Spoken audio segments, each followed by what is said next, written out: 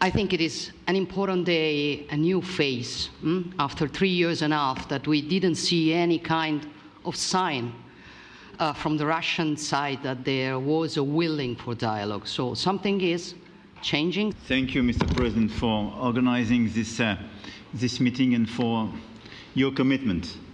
And everything was said, but I just have to say here, everybody around this table is in favor of peace. This is why the idea of a trilateral meeting is very important, because this is the only way to fix it. I think today will be seen as a very important day in recent years in relation to a conflict which has gone on for 3 and a bit years. And so far, nobody's been able to bring it to this point. So I thank you for that. I think it's extraordinary that this is even happening. I mean, think about the fact that you have a phalanx of European leaders getting on planes at a moment's notice to flock to Washington to give Zelensky backup in this meeting with Trump. That's a level of concern that I think some people say hasn't been demonstrated since 9/11.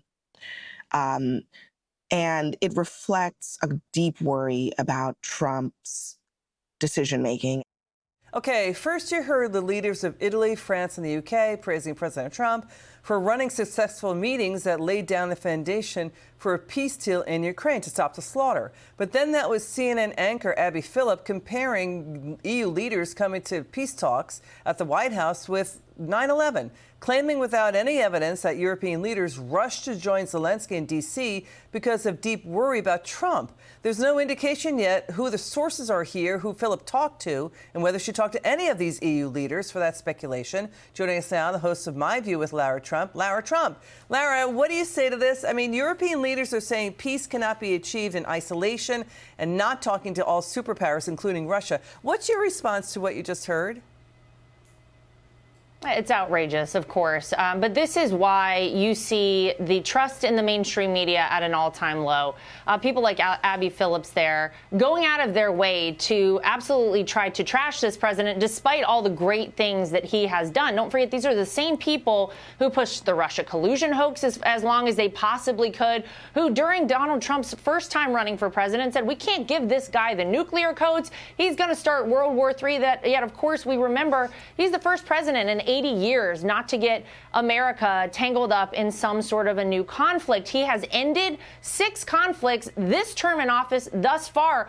All of those European leaders showed up at the White House because they know that this is the only president who could possibly see an end to this war. My gosh, they had to comment on the fact that you had Joe Biden, who was there for 4 years, and most of those 4 years, you know, we had this conflict going on. You had Vladimir Putin saying, you know, to an extent, I probably wouldn't have even gotten us tangled up in this war if you were president, Donald Trump. These leaders in Europe understand that Donald Trump means business, that he can bring Putin to the table, he can bring Zelensky to the table. This is the best way forward. They all know it. They all complimented him. But these people in the media are so sick with Trump derangement syndrome, they have to go out of their way to slam him. They ought to be ashamed of themselves. But the American people have given them about a 31% approval rating, and it shows. Yeah, you know, given that you said that, let's take a listen to this caller into C-SPAN, and then you're going to hear former Secretary of State Mike Pompeo reminding viewers about Joe Biden. Watch this.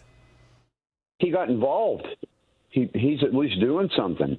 Look at the leaders he brought over from Europe yesterday, and look at how they praised him for what he's doing.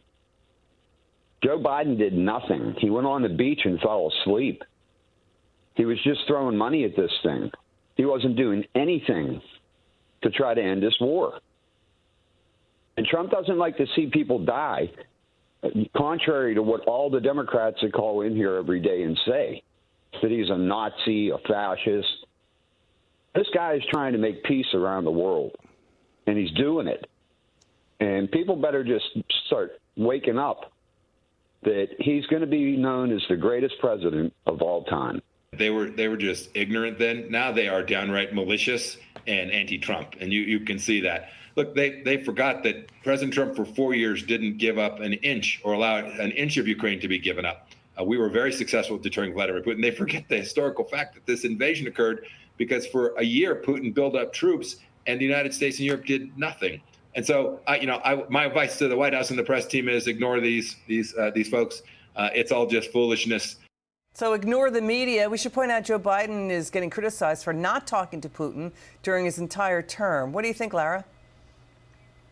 Yeah, I mean, don't forget, Joe Biden can barely make it to the G7. He had to be led around by Giorgia Meloni. It was so embarrassing for America. Talk about a weakened America. That was such a horrible scene, for our entire country.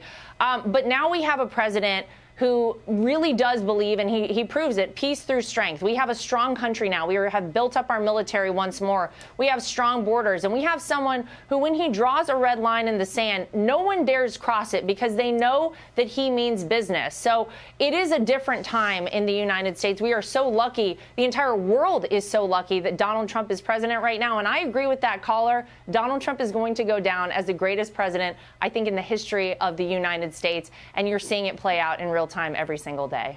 Well, you're a wonderful daughter-in-law to say that, Lara Trump. It's good to have you on the show and your insights there. It's interesting history what's going on. Lara, thanks for breaking it down.